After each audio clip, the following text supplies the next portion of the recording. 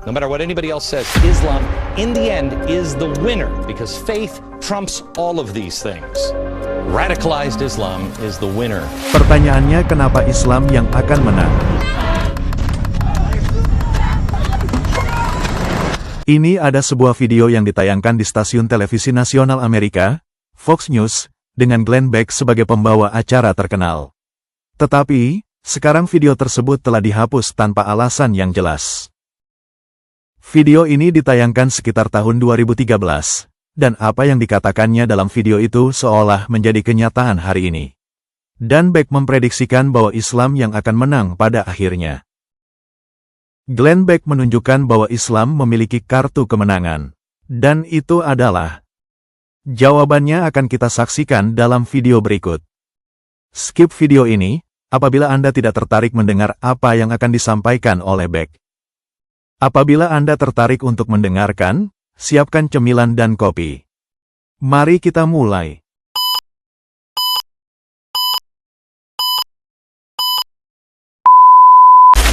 These are the spoils that everybody's playing for. This is it. These are the spoils. The world is changing. All of the power is going to change. I'm sorry, but America is going to change. The question is, will she survive?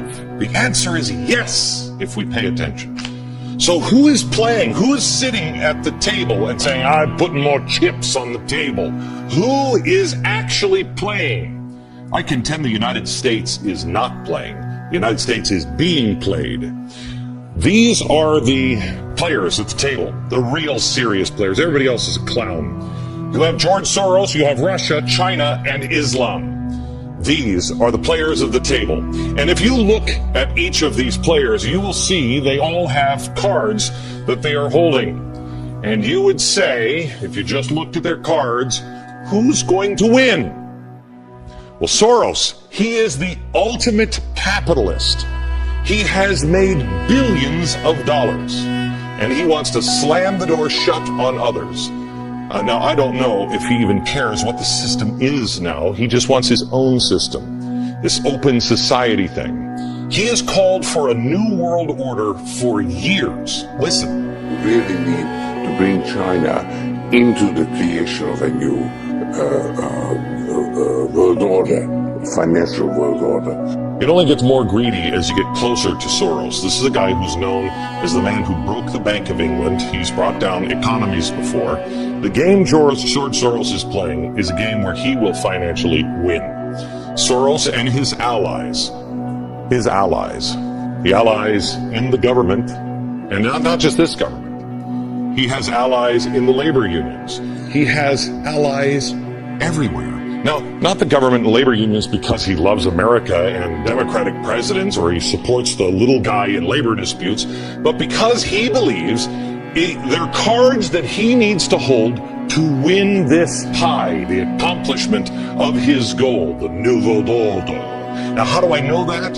From his own words. He has said he doesn't love the United States. He's said that the United States is the biggest obstacle to the open society, which is a form of government that he envisions. Quote, the main obstacle to a stable and just world order is the United States. So why would he want to hold these cards? Again, if you don't hold them, someone else is. Clear enough for you? Not a fan, not a patriot. He's a guy who wants fundamental transformation of America. Now, I don't believe the United States is the main obstacle to a stable and just world order. Do you? This man's playing for control of this. But is anyone reporting, or does anybody care? I believe we have always been the great last hope for the world. And we still are. Okay. He also has banking, he has the corporations through the Tides Foundation and things like that. He has the media. Hello, Fareed. Are you watching? Are you busy on the phone with Obama or Soros? The media. He has the radicals. He has communists who are joining with all of these groups. This man's a capitalist. Why would he have radicals? Why? Fuel. He has the churches. He's godless. Why is he funding so many church activities? The man is an atheist. Doesn't make sense unless you understand he's playing for the world. Next player at the table is Russia. With Russia, they've got a lot. Most Americans completely dismiss them as a nation that we needn't concern ourselves anymore. It's a non-threat. But Russia is using communist countries like Venezuela. They are also playing a wicked game, co-opting the Middle East. They know if you control oil in Europe, you got Europe. That's why they are building pipelines all through Europe. Look who's been building alliances with Russia. It's Turkey. Last year, the two agreed to build the first Turkey nuclear plant, a project worth $20 billion. We can't build one here, but Turkey can? Russia is the biggest trading partner in Iran. They're helping Iran build one. We can't build one, but Iran is safe to have a nuclear power plant. Also Russia and Venezuela. Last year, the two countries promised to strengthen their bilateral ties. Russia even says the communist country has acted like a real friend. Didn't we just announce on this program last week that they're also building missile platforms in Venezuela? Russia and Pakistan. Earlier this month, the president of Russia and Pakistan got together, had a little chat about working together on energy products, like building a pipeline and exploring for gas. Russia and Libya. Russia's foreign minister just met with the rebel leaders. They are even strengthening ties with China. That's a country they hate each other. They've never been friendly. China pledged to be a key partner in Russia's plan to build up its Far East region, which is loaded with natural resources. Now let's take a look at China, shall we? China is the obvious winner here. They have plenty of money, plenty of people. They have tech, they have resources. The military is about to take over. Think of this. They have 1.4 billion people in China alone. We have 310 million. India has 1.2 billion. Got it?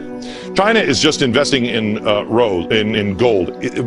They have invested, they're buying, 10,000 tons of gold here in the next year. It's crazy what they're doing. They've got the resources. These guys, there are three players at the table here that have a lot in common. They're playing with fire. They're playing with radicals. These guys do not like an unstable world. They don't like it. They're slower, more methodical. They don't want to upset the apple cart because they have 1.4 billion people. That thing becomes unstable. It's chaos in China. So they don't like an unstable world. Neither does Soros in the end. Soros has got to get rid of these people. He'll get rid of these people. He'll get rid of these people really in the end, because anything that is too radical, that has too many thugs, he's a businessman. It's just business. It's not personal. When he's done, he's done. But he's playing with fire because he's also tied himself through these radicals down here. And this is the last one sitting at the table. Radicalized Islam. Islam, as it's done in the Middle East, they have the oil, but they also have something else that is a trump card, and that is God. I should make that. They have faith. They have faith on their side. They believe in something. George Soros, all of his minions, they only believe in money. Faith in God trumps money every time. And everybody that he has to rule, he rules over. Are you for George Soros's plan? Do you even know what his plan is?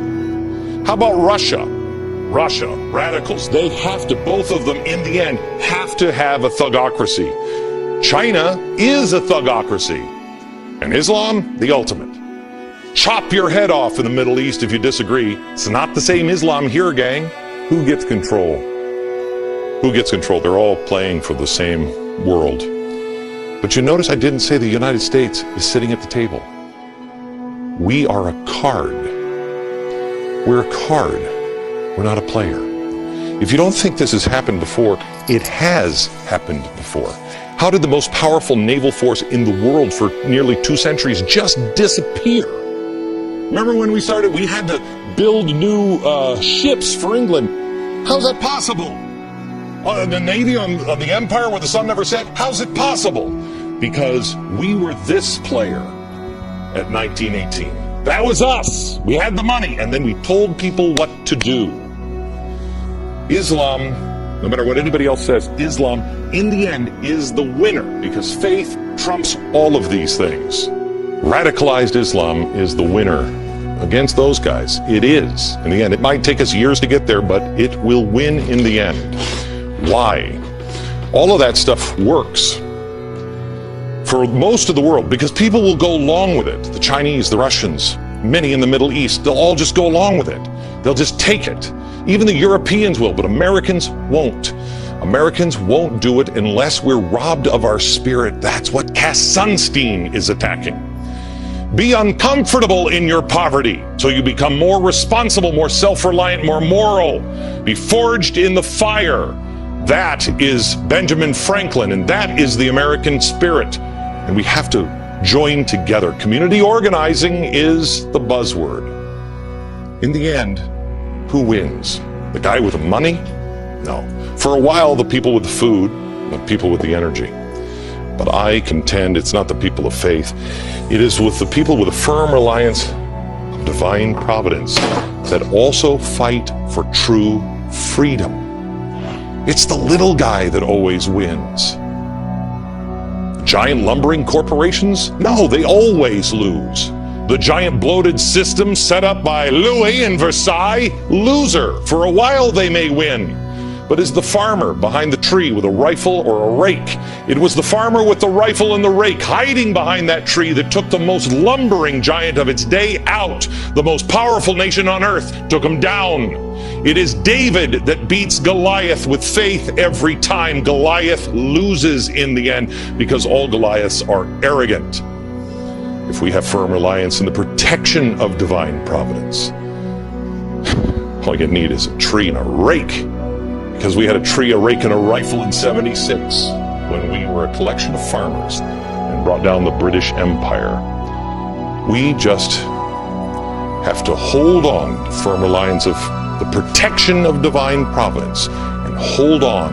I'm telling you, gang, we must lock arms this summer to defeat the great powers of the earth and beyond that have aligned against us. Bagaimana pendapat kalian? Apakah prediksi dari Glenn Beck sudah sesuai dengan keadaan dunia saat ini?